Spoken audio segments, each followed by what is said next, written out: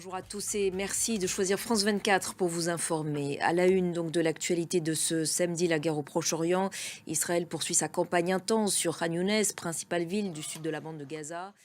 Israël poursuit donc son offensive à Gaza et ses raids également en Cisjordanie occupée.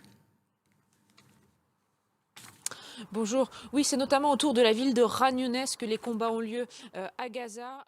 Merci beaucoup Claire pour toutes vos précisions depuis Jérusalem. Et les tensions se poursuivent pendant ce temps en mer Rouge. Les forces américaines ont frappé tôt ce matin un site des rebelles Houthis après leur attaque d'hier contre un pétrolier. Je vous le disais également en titre, après les annonces hier du Premier ministre français Gabriel Attal lors de son déplacement en Haute-Garonne, plusieurs barrages d'agriculteurs ont été levés aujourd'hui à travers la France. Et sachez que des milliers de personnes ont participé tout à l'heure à la marche blanche organisée en mémoire de l'éleveuse accidentellement percutée aux côtés de sa fille sur un barrage d'agriculteurs. Direction maintenant les États-Unis où les ennuis judiciaires de Donald Trump ont connu un nouveau rebondissement. L'ancien président en pleine campagne est condamné à verser plus de 83 millions de dollars à une ancienne journaliste pour l'avoir diffamée sur fond d'accusations de viol. Les détails sur cette affaire avec Nicolas Chamontin.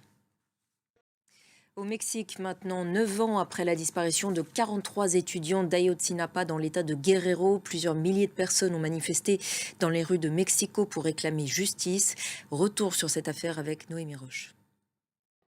Depuis une semaine maintenant, le Japon est en proie à des tempêtes de neige d'une ampleur quasi inédite, une situation qui provoque de nombreuses perturbations dans les transports en commun et dans les aéroports. Etanaji.